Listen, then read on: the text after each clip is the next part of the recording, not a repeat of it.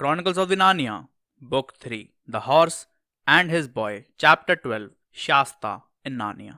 असलन के गायब होने के बाद शास्ता अपने आप को पूछता है कि क्या जो कुछ अभी हुआ वो एक सपना था, पर वो सपना नहीं हो सकता, क्योंकि पीछे मुड़कर देखने पे शास्ता को एक बहुत ही बड़े शेर का पंजे का निशान दिखा। जैसे ही शास्ता ने उस निशान पर ध्यान दिया, उस निशान में पानी भरने लग गया और देखते ही देखते वो पानी भरता ही चला गया और बाहर बहने लगा। शास्ता ने उसमें से थोड़ा सा पानी पी लिया और अपने चेहरे को भी उसमें डुबा लिया। वो पानी शीतल था, एकदम साफ था और बहुत ही ताजा था। जब शास्ता अपने भीगे केशों को पीछे की तरफ कर रहा होता है तो वो अपने आसपास का जायजा लेने के बारे में सोचता है। शास्ता देखता है कि उसके सामने एक बहुत हरी भरी जगह है और उसके पीछे बहुत ऊंचे पहाड़ है। वो अपने आप से कहता है कि ये वो ऊंचे पहाड़ है जिनके पार आर्चन लैंड है और रात भर में उसने उन्हें पार कर लिया है और अब वो नार्निया पहुंच गया है। तभी शास्ता अपने घोड़े की काठी और लगाम खोल देता है और वो घोड़ा घास चरने लगता है। ये देख के शास्ता को भी भूख लग आती है और वो थोड़ा और आगे जाता है कुछ खाने की चीज की तलाश में। आगे जाकर कोई उसे सुप्रभात पड़ोसी कहता है और शास्ता देखता है कि वो एक कांटेदार जंगली चूहा है। शास्ता भी उसे सुप्रभात कहता है और बताता है कि वो उसका पड़ोसी नहीं है, वो उन ऊंचे पहाड़ों के पार आर्चन लैंड से आया है। ये सुन के वो जंगली चूहा बताता है कि वो तो बहुत दूर है, मैं वहां कभी नहीं गया। इसके बाद शास्ता उस चूहे को कैलामिन के अनवार्ड किले पे किए जा रहे हमले के बारे में बताता है और कहता है कि हमें तुम्हारे राजा को आगाह करना होगा। जिस पर वो चूहा कहता है कि बात तो तुम्हारी सही है, पर मैं तो सोने की तैयारी में लगा हुआ हूँ। इतने में ही एक खरगोश भी वहां आ जाता है और उन दोनों की सारी बातें सुन के उनसे सहमति दिखाता है और एक एक करके वहां इतने सारे जानवर आ जाते हैं और वो सब शास्ता और चूहे की बात पर सहमति दिखाते हैं। वहां इतने सारे जानवर आ चुके थे। वहां 5 खरगोश, एक गिलहरी, 2 मैगपाई पक्षी, एक फॉन और एक चूहा था और वो सब राजा पीटर को आगाह करने की बात पे सहमति जताते हैं। पर क्योंकि वो नार्निया में ऐसा जमाना था जब व्हाइट विच की तानाशाही खत्म हो चुकी थी और नार्निया के सारे प्राणी पेवेंसी भाई बहनों के राज में बहुत सुखी थे, जिसके कारण वो सब बहुत लापरवाह हो चुके थे। अब इस भीड़ के पास 2 समझदार प्राणी आ जाते हैं, एक लाल बौना और एक बारासिंगा। और वो लाल बौना जैसे ही अनवाड़ पे हमले की खबर सुनता है, वो वैसे ही पूछता है कि यहाँ सबसे तेज कौन है। उसे अभी जाके राजा पीटर को बताना होगा, जिससे वो राजा लून की मदद को सेना भेज पाए। इस पर उन जानवरों में से कोई कहता है कि राजा पीटर कैर पैरावेल में नहीं मिलेंगे, वो पश्चिम में जाइंट्स की तरफ धावा बोलने गए हैं। तभी वो बारासिंगा कहता है कि मैं जाऊंगा, बताओ क्या संदेश है। ड्वार्फ बोलता है कि अनवाड़ किले पे हमला हो रहा है और शास्ता से पूछता है कि कितने आदमी हैं। वो बताता है कि रबदाश के नेतृत्व में 200। और तभी वो बारासिंगा वहां से फर्राटे से कैर पैरावेल की तरफ निकल लेता है। बारासिंगे के निकलने के बाद वो बौना शास्ता की शक्ल देख के पूछता है कि उसने आखिरी बार खाना कब खाया था। शास्ता बताता है कि उसने पिछले दिन की सुबह को खाना खाया था। और ये सुन के वो बौना कहता है कि हम सबको शर्म आनी चाहिए, हमने इस मेहमान से खाने को भी नहीं पूछा। इसके बाद वो बौना डफल शास्ता को अपने घर ले जाता है, जहाँ वो और उसके भाई रोगिन और ब्रिकलथम्ब मिलके उसकी बढ़िया खातिरदारी करते हैं। और शास्ता, जो कि उसने पहले कभी नहीं देखा, वैसे छोटी सी झोपड़ी में बैठ के वो चीजें जो उसने कभी नहीं खाई उन्हें खाता है, जैसे कि टोस्ट, बेकन, कॉफी वगैरह वगैरह। इसके बाद तीनों बौने भाई एक खेल से ये सुनिश्चित करने की कोशिश करते हैं कि सारे बर्तन कौन धोएगा, जिसमें रोगिन हार जाता है और उसे बर्तन धोने पड़ते हैं। और डफल और ब्रिकलथम्ब शास्ता को लेकर बाहर बैठ जाते हैं। बाहर बैठकर अपने पाइप पीते हुए वो दोनों शास्ता को हर दिशा में क्या क्या है वो बता रहे होते हैं कि तभी वो देखते हैं कि शास्ता तो खर्राटे भरने लग रहा है, जिसे देख के वो दोनों उसे ना जगाकर दबे पांव अंदर चले जाते हैं। रात के खाने के समय तक शास्ता उठ जाता है और रात को बढ़िया नींद लेने के बाद अगली सुबह बौनों के घर में उन सबको बाहर से कुछ आवाज आ रही होती है। वो सब बाहर निकल के देखते हैं और उन्हें भोंपुओं की आवाज आ रही होती है। कुछ ही देर में उन्हें एक सेना के चलने जैसी आवाजें भी आने लगती हैं। वो लोग देखते हैं कि खूबसूरत घोड़ों पर राजा एडमंड, रानी लूसी और राजकुमार कोरिन उस सेना के आगे चल रहे होते हैं। शास्ता को देख के कोरिन उसके पास भाग के आ जाता है और उससे मिलते ही पूछता है कि वो यहाँ, अब तो बहुत मजा आएगा। इसके बाद कोरिन शास्ता की मुलाकात राजा एडमंड और रानी लूसी से भी करवा देता है और कोरिन उन्हें बताता है कि वही वो लड़का है जिसे तशबान में उन्होंने कोरिन समझ लिया था। ये सुनकर लूसी कहती है कि कोरिन और शास्ता कतई जुड़वा भाइयों जैसे लगते हैं। इसके बाद शास्ता एडमंड से माफी मांगता है और कहता है कि उसने उनकी सारी बातें सुन ली थी, पर वो कभी उनके किसी दुश्मन को वो नहीं बताने वाला था और ना ही कभी बताएगा। ये सुनकर एडमंड कहता है कि मुझे तुम पर भरोसा है, पर आगे से ध्यान रखना कि तुम दूसरों की बातें ना सुनो। इस मुलाकात के बाद कोरिन और किसी में कुछ बहस होने लगती है। वो एक थॉर्नबर्ट नाम का बौना था। उसने कोरिन को बताया कि राजा लून ने सख्त आदेश दिए हैं कि राजकुमार कोरिन को जंग में ना जाने दिया जाए। वो जंग देख तो सकते हैं पर दूर से। इस पर कोरिन कहता है कि लेकिन रानी लूसी भी तो जंग में तीरंदाजों के साथ रहेगी। इस पर थॉर्नबर्ट कहता है कि रानी साहिबा जो उनके मन में आए कर सकती हैं, पर राजा लून का साफ आदेश है कि या तो अगर आप वादा करें कि आपका घोड़ा मेरे घोड़े के बगल में उससे थोड़ा पीछे रहेगा और जरा सा भी नहीं हिलेगा मेरे आदेश मिलने तक, तो आप जंग देख सकते हैं, वरना अगर आपने जिद करी तो आपको मुझसे और 2 कैदियों से बांध दिया जाएगा। इस पर कोरिन कहता है कि अगर आपने मुझे जबरदस्ती बांधने की कोशिश करी तो मैं आपको ढेर कर दूंगा। जिस पर थॉर्नबर्ट कहता है कि मुझे वो मंजर देखने में बहुत आनंद मिलेगा। कोरिन वैसे तो बौने थॉर्नबर्ट से ऊंचा था, पर थॉर्नबर्ट के पास भी तजुर्बा और शरीर में दम था और उन दोनों की लड़ाई देखने लायक होती, पर इस जंग के माहौल में पहाड़ियों के बीच में वो दोनों नहीं लड़े। पर बदकिस्मती से थॉर्नबर्ट के एक गलत कदम के कारण वो फिसल गया और उस पहाड़ी से अपने नाक के बल गिर गया। और जब उसने उठने की कोशिश की तो उसने पाया कि उसके पांव में एक गहरी मोच आ चुकी थी, जिसके कारण वो इस जंग में शामिल नहीं हो सकता था। इस पर राजा एडमंड कहते हैं कि कोरिन की बदमाशियों के कारण अब हमें जंग में एक दमदार सिपाही की कमी पड़ेगी। जिस पर कोरिन कहता है कि मैं उनकी जगह लूंगा। और एडमंड कहता है कि एक बच्चा जब जंग के मैदान में उतरता है तो नुकसान उसी के पक्ष का होता है। ये कहते ही एडमंड को कोई बुला लेता है और कोरिन फुर्ती से शास्ता के पास जाता है और उसे कहता है कि जल्दी से थॉर्नबर्ट का कवच पहन लो और वो जो खाली घोड़ा खड़ा है उस पर सवार हो जाओ। शास्ता पूछता है पर क्यों?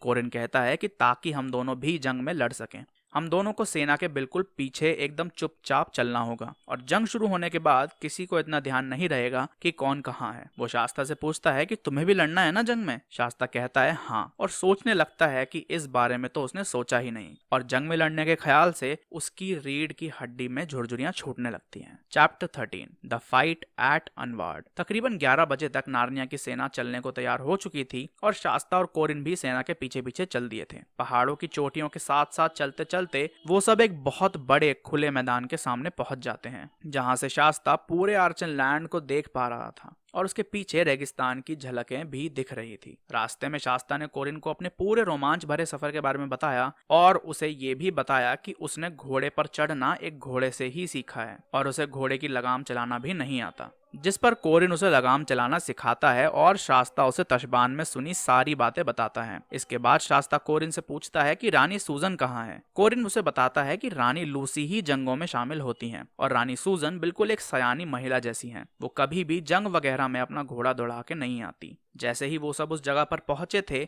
वहां पूरी सेना अपने अपने कामों में लग गई थी। सभी टुकड़ियों को उनके सही क्रम में लगाया जा रहा था और एडमंड अपने आक्रमण की योजना लेकर व्यस्त था। हर कोई या तो अपनी कमान को कस रहा था या फिर किसी पट्टे या रस्सी को या फिर अपने अपने हेलमेटों को। वहां का माहौल एकदम गंभीर था और शास्ता ये देख के अपने आप को बौखलाने से रोकने की कोशिश में लगा हुआ था और अपने आप को यही कहे जा रहा था कि अब वो यहाँ आ चुका है और उसे जंग लड़नी ही होगी। शास्ता देखता है कि अब तो कोरिन के चेहरे पे भी गंभीरता आ चुकी थी और वो ये भी देखता है कि उस जगह के ऊपर कई सारे पक्षी उड़ रहे हैं, जिन्हें देख के कोरिन ये कहता है कि पक्षी जंग सूंघ लेते हैं। वो जानते हैं कि हम उनके लिए एक बढ़िया दावत तैयार करने वाले हैं। इसके बाद कोरिन शास्ता से कहता है कि पता नहीं राजा एडमंड किस चीज का इंतजार कर रहे हैं और तभी एक भोंपू बजता है और नारियन सेना अपना परचम लिए अनवार्ड किले के दरवाजे की तरफ बढ़ती है, जिसे तोड़ने के लिए 50 कैलमेनी सैनिक लगे पड़े थे। कैलमेनी सैनिक इतने अच्छे से प्रशिक्षित थे कि नार्नियन सेना दिखते ही सारे कैलमेनी पैदल सैनिक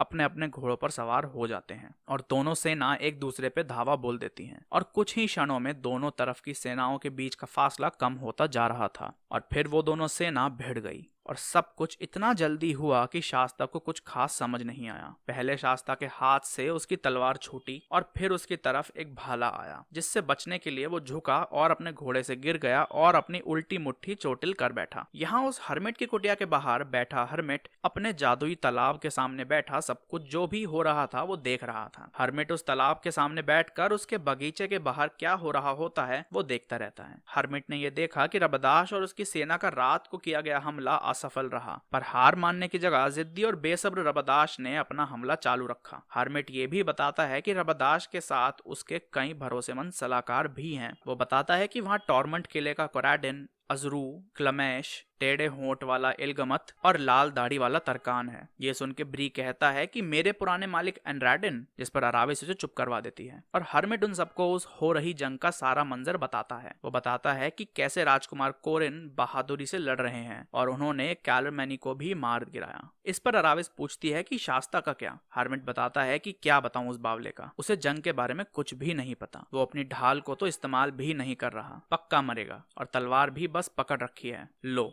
उसे याद आ गया कि उसके पास तलवार भी है और अब वो उसे पागल सांड की तरह लहराए जा रहा है। इस तरह तो वो अपने ही घोड़े का सर उसकी गर्दन से अलग कर देगा। लो, उसकी तलवार उसके हाथ से छूट गई और ये क्या, उसकी तरफ एक भाला आ रहा है। अरे बुद्धू, झुक जा। ये सुनते ही अराविस, ब्री और हुइन तीनों एक साथ कहते हैं, मर गया? और हर्मिट कहता है कि नहीं, बच गया। इसके बाद हर्मिट बताता है कि अनवाड़ किले का दरवाजा खुल रहा है, इसका मतलब पक्का अंदर से एक टुकड़ी निकलेगी। वो बताता है कि उसमें से राजा लून और उनके दोनों तरफ उनके भाई डैर और डैरिन भी हैं और इनके पीछे ट्रैन, शेर, कोल और उसका भाई कॉलिन है। इनके साथ तकरीबन 30 लोगों की टोली आई है जो कि कैलरमैनी सैनिकों को खदेड़ रही है। राजा एडमंड ने कोराडिन का सर उड़ा दिया और कई कैलरमैनियों ने आत्मसमर्पण कर दिया है। सीधे हाथ से जाइंट्स कैलरमैनियों को दबोच रहे हैं, उल्टे हाथ से बड़ी बिल्लियां और सामने से राजा लून। लो, तुम्हारा तरकान भी ढेर हो गया ब्री। अरे देखो, अजरू और राजा लून भिड़ चुके हैं। लो, अजरू ढेर हो गया। एडमंड और रबदाश की लड़ाई हो रही है और डेरिन ने इल्गमत को मार दिया है।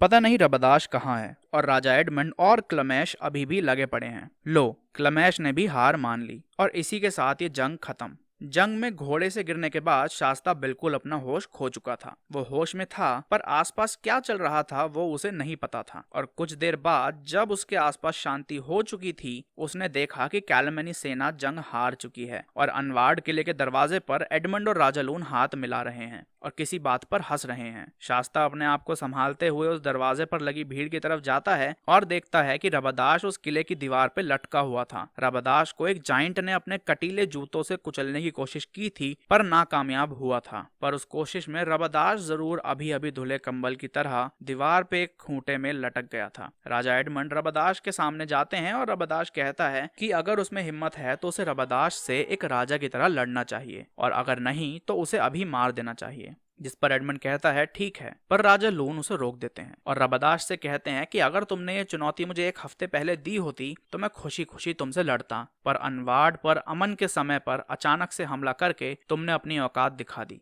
इसके बाद राजा लून रबदाश को बंदी बनाकर किले के अंदर ले जाए जाने का हुक्म दे देते हैं और उसके बाद कोरिन शास्ता को राजा लून के पास खींच के ले जाता है और राजा लून उसे कहते हैं कि कैसे उसने उनके आदेशों को नहीं माना और जंग में शामिल हुआ। पर हर कोई देख पा रहा था कि राजा लून कोरिन पर बहुत गर्व भी कर रहे थे। इसके बाद राजा लून शास्ता को गले लगा लेते हैं और उसके दोनों गाल चूम लेते हैं और कोरिन और शास्ता को एक साथ खड़ा कर देते हैं और हर किसी को कहते हैं कि अब किसी को कोई शक है। और ये सब देख सुन के शास्ता और कोरिन बहुत अस्पष्टता से देखने लगते हैं कि ये सब लोग उन्हें क्यों देख रहे हैं। Chapter 14 how Bree became a wiser horse. यहाँ उस हर्मिट की कुटिया में वो सब जान जाते हैं कि शास्ता नहीं मरा है और क्योंकि वो हर्मिट उस तालाब के द्वारा सिर्फ देख सकता था और सुन नहीं सकता था, इसलिए उन सबको ये नहीं पता था कि वहाँ पर क्या बातें चल रही हैं। जैसे ही उन सबको पता चल जाता है कि जंग खत्म हो चुकी है तो वो सब वहाँ जाकर शास्ता से मिलने की योजना बनाते हैं। वो कहते हैं कि उन्हें शास्ता से मिलना चाहिए, माफी मांगनी चाहिए और नार्निया भी पहुंच जाना चाहिए। इस पर ब्री थोड़ा आनाकानी करता है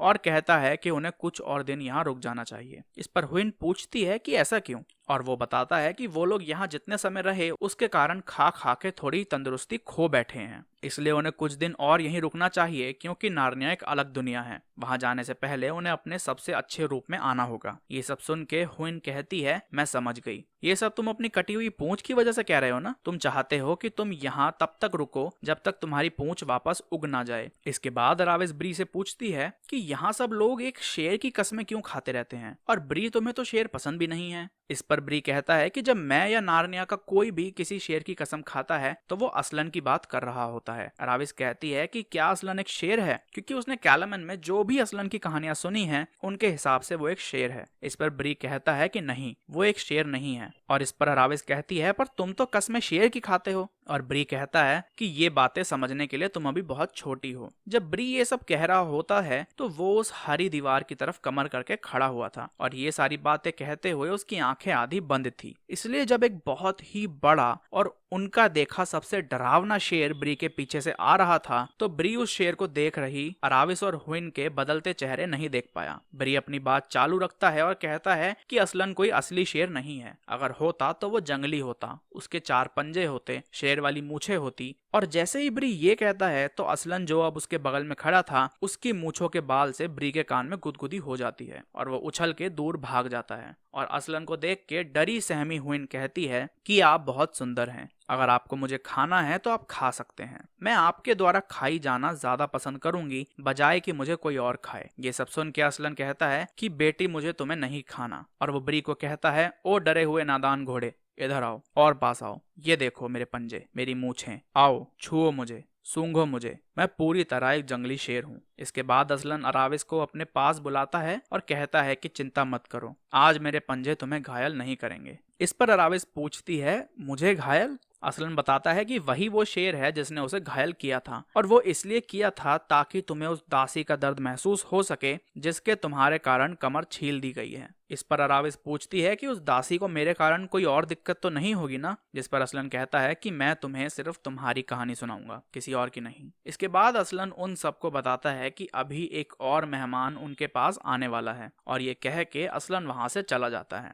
असलन के जाने के बाद उन तीनों का आपस में बात करने का मन नहीं करता और वो तीनों अलग अलग कोनों में जाके अपने ही साथ बैठ जाते हैं और सोचने लगते हैं। थोड़ी देर बाद हर्मिट उन दोनों घोड़ों को घास खिलाने बुला लेता है और अराविस को भोंपुओं की आवाज आती है और वो उस जगह का दरवाजा खोल देती है। बाहर से ऐलान होता है कि राजकुमार कोर आए हैं। उस दरवाजे से कई लोगों का झुंड आता है और साथ में राजकुमार कोर भी आते हैं। वो राजकुमार अराविस के सामने झुकता है और अराविस भी उसके सामने कैलमनी लिहाज में झुकती है। वो देखती है उस खूबसूरत राजकुमार को और जैसे ही उसकी शक्ल देखती है वो हैरान हो जाती है और कहती है, शास्ता? शास्ता कहता है, हाँ मैं, मेरे पिताजी यानी राजा लून के हिसाब से मैं कोरिन का जुड़वा भाई हूँ और मेरा नाम कोर है। आर्चरलैंड में भाइयों का नाम ऐसे ही रखते हैं, कोल कोलिन, डेर डेरिन, कोर कोरिन। इसके बाद अराविस कोर से माफी मांगती है उसके व्यवहार के लिए जो उसने पूरे रास्ते उसके साथ किया और ये भी कहती है कि ये माफी उसे उसके राजकुमार बनने से पहले से मांगनी थी। जब तुमने ब्री से कूदकर उस शेर का सामना किया था तब से मांगनी थी। इस पर शास्ता कहता है कि वो शेर तुम्हें कुछ नहीं करने वाला था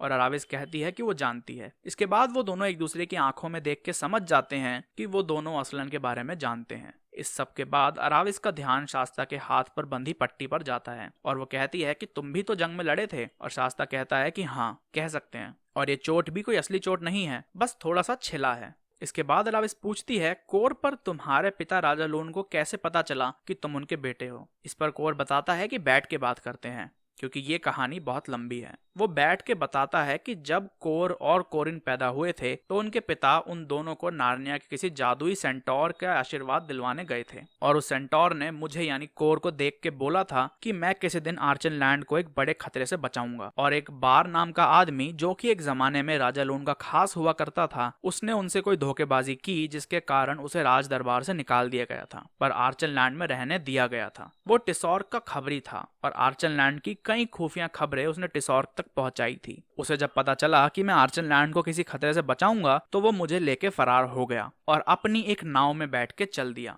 राजा लून को इस खबर का देरी में पता लगा और उन्होंने उसके पीछे अपनी नावें लगा दी। उस लड़ाई में बार तो मर गया पर उसने अपने एक आदमी को मुझे देके एक छोटी सी नाव में भेज दिया और वो नाव उसके बाद किसी को नहीं दिखी। वो वही नाव थी जिसे असलन ने धकेला था ताकि वो उस छोर पर पहुंच जाए जहां अर्शीश को मैं मिल जाऊं। और उस बार के आदमी का नाम असलन ने मुझे नहीं बताया पर मैं जानना चाहता हूँ क्योंकि उसी ने खुद भूख से मर के मुझे नहीं मरने दिया। ये सुन के अराविस बोली, पक्का असलन ने कहा होगा कि तुम्हें सिर्फ तुम्हारी कहानी सुनाऊंगा। अराविस कहती है कि तो तुम कब बचाओगे आर्चरलैंड को? जिस पर कोर कहता है कि सबका मानना है कि मैंने बचा लिया है। अराविस कहती है, अरे हाँ, रबादाश का एकदम से 200 सिपाही लेके हमला कोई कम खतरा थोड़ी था। इसके बाद कोर कहता है कि मैं ये बात तुम्हें बताना भूल ही गया और कहता है कि पिताजी चाहते हैं कि तुम उनसे मिलो और हमारे साथ अनवाड़ किले में रहो। इस पर अराविस कहती है ठीक है, पर पहले चलो घोड़ों से मिल लेते हैं। अराविस और कोर बहुत हर्षोल्लास के साथ घोड़ों से मिलते हैं और वो लोग थोड़ी देर बात करने के बाद अनवाड़ की तरफ चल देते हैं। ब्री को लगा था अराविस और शास्ता मतलब कोर उनकी सवारी करेंगे, पर कोर बताता है कि नार्निया और आर्चनलैंड में बोलने वाले घोड़ों की जंग के अलावा कभी कोई सवारी नहीं करता। चैप्टर 15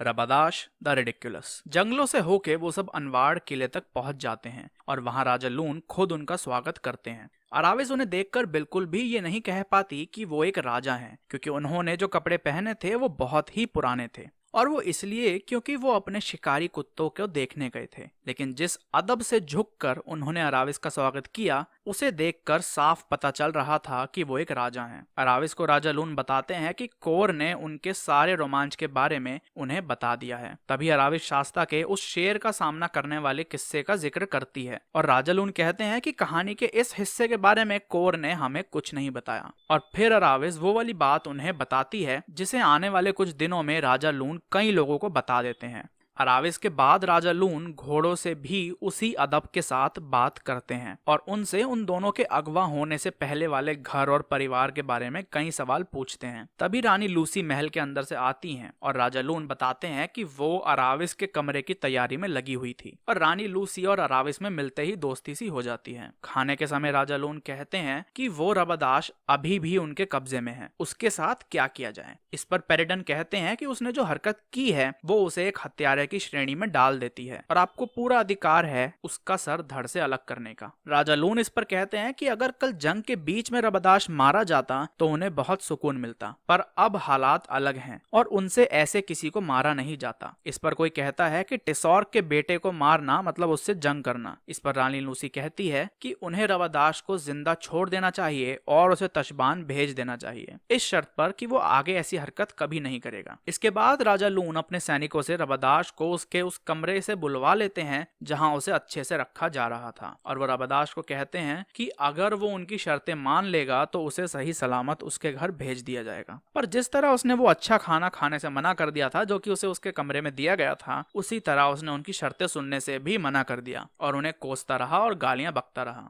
ये देख के वहां बैठा हर कोई उठ खड़ा हुआ और कोरिन ने राजा लून से पूछा कि क्या वो रबादाश में घूंसा जड़ सकता है, जिस पर राजा लून हर किसी को शांत होने को बोलते हैं और इज्जत से रबादाश को उनकी शर्तें सुनने को कहते हैं। पर वो कहता है कि वो किसी उत्तरी असभ्य जादू टोने वाले की कोई बात नहीं सुनेगा और उसका यहाँ हुआ प्रताड़न 1000 सालों तक बुरी कहानियों में सुनाया जाएगा और इस सब का बदला नार्नियन और एर्चनलैंडिश खून के समंदर बहा के लिया जाएगा। इसी समय शास्ता देखता है कि हर कोई खड़ा हुआ था और वो ध्यान देता है कि वहां पर असलन भी आया हुआ था। असलन रबादाश को राजा लून के प्रस्ताव को स्वीकारने को कहता है और क्योंकि उसके पास इस समय घमंड करने के लिए कुछ भी नहीं है, रबादाश इसके बाद भी किसी की बात नहीं मानता और धमकियों पर धमकियां देता रहता है कि ये होगा वो होगा। और तभी असलन कुछ कहता है और रबादाश उसकी बात ना सुन के अपना चालू रखता है और डरावने चेहरे बना के सबको डराने की कोशिश करता है। पर क्योंकि यहाँ वो एक राजकुमार नहीं बल्कि एक बंदी था, इसलिए कोई उससे नहीं डरता और थोड़ी ही देर में सब उस पर हंसने भी लगते हैं। ये देख के रबादाश का खून जलने लगता है और वो देखता है कि उसके कान बड़े होते जा रहे थे और उसका चेहरा लंबा होता जा रहा था और धीरे धीरे वो एक गधा बनने लग जाता है। जब रबादाश को ये महसूस होता है कि वो एक गधे में तब्दील होता जा रहा है तो वो माफी मांगने लगता है और कहता है कि एक गधा नहीं, इससे अच्छा तो एक घोड़ा ही बना दो। पर कुछ ही क्षणों में वो ये भी नहीं बोल पाता और ढैंचू ढैंचू करने लगता है। असलन उसे बताता है कि वो हमेशा एक गधा नहीं बना रहेगा। ताश के मंदिर में पतझड़ की दावत के समय जाके वो पूरे तशबान के सामने वापस इंसान बन जाएगा और अगर वो कभी ताश के मंदिर से 10 मील से ज्यादा दूर गया तो वो वापस एक गधा बन जाएगा और इस बार वापस इंसान नहीं बन पाएगा। रबादाश के एक गधा बनने के बाद राजा लून का उसके प्रति सारा गुस्सा फुर हो जाता है और वो उसे ताश के मंदिर में ले जाए जाने का इंतजाम कर देते हैं। पर उस गधे की एक सैनिक को एक लात सबको साफ बता देती है कि उसने इस एहसान को नहीं सराहा है। रबादाश वापस इंसान तो बन जाता है पर हजारों लोगों के सामने गधे से रबादाश बनना कोई ऐसी बात नहीं है जिसे छुपाया जा सकता है। और टिसॉर्क के मरने के बाद रबादाश आज तक का सबसे अमन और चैन वाला टिसॉर्क बना, क्योंकि तशबान से दूर जंग पे वो जा नहीं सकता था और अपने तरकानों को वो जंग पे जाने नहीं देता था, वरना वो उससे ज्यादा कामयाब होके उसकी गद्दी हथिया लेते। उसके सामने सब उसे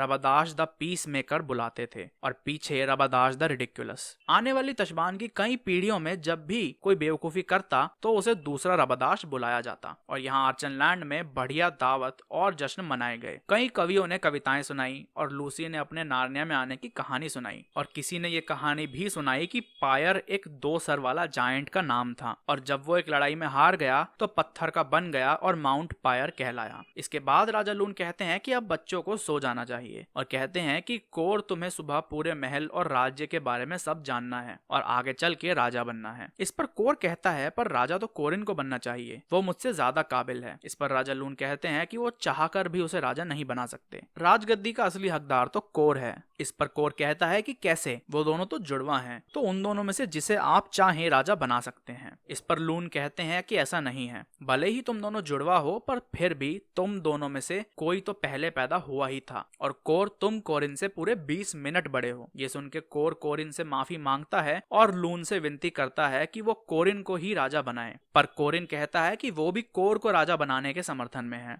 क्योंकि सारी जिम्मेदारी राजाओं की होती है और सारे मजे राजकुमारों के। इसके बाद कोर और कोरिन साथ में बड़े हुए और जिस तरह भाई होते हैं वो दोनों हर बात पर लड़ते थे और वो लड़ाइयाँ हमेशा कोर के पिटने से खत्म होती थी। पर जब वो बड़े हुए तो लड़ाइयाँ तलवारबाजी की होने लगी, जिसमें कोर ज्यादा खतरनाक हुआ करता था और कोरिन भी उत्तरी देशों का सबसे कामयाब और काबिल मुक्केबाज बना और उसने अपना नाम कोरिन द थंडर फिस्ट भी पाया और एक बोलने वाले भालू जो वापस जंगली हो गया था उसे अपने नंगे हाथों से ढेर किया। अराविस और कोर भी साथ साथ बड़े हुए और वो दोनों भी बहुत लड़े, इतना लड़े कि उन दोनों को एक दूसरे की इस कदर आदत हो गई कि उन्होंने एक दूसरे से शादी कर ली और राजा लून के गुजर जाने के बाद वो दोनों बहुत अच्छे राजा और रानी बने और उनका बेटा राम द ग्रेट आर्चनलैंड का सबसे प्रसिद्ध राजा बना। और ब्री और हुइन ने भी अपने अपने साथी ढूंढ के उनसे शादियां कर ली और वो अपने आर्चनलैंड के दोस्तों से भी मिलने आते रहे। दी एंड, और शुड आई से टू बी कंटिन्यूड।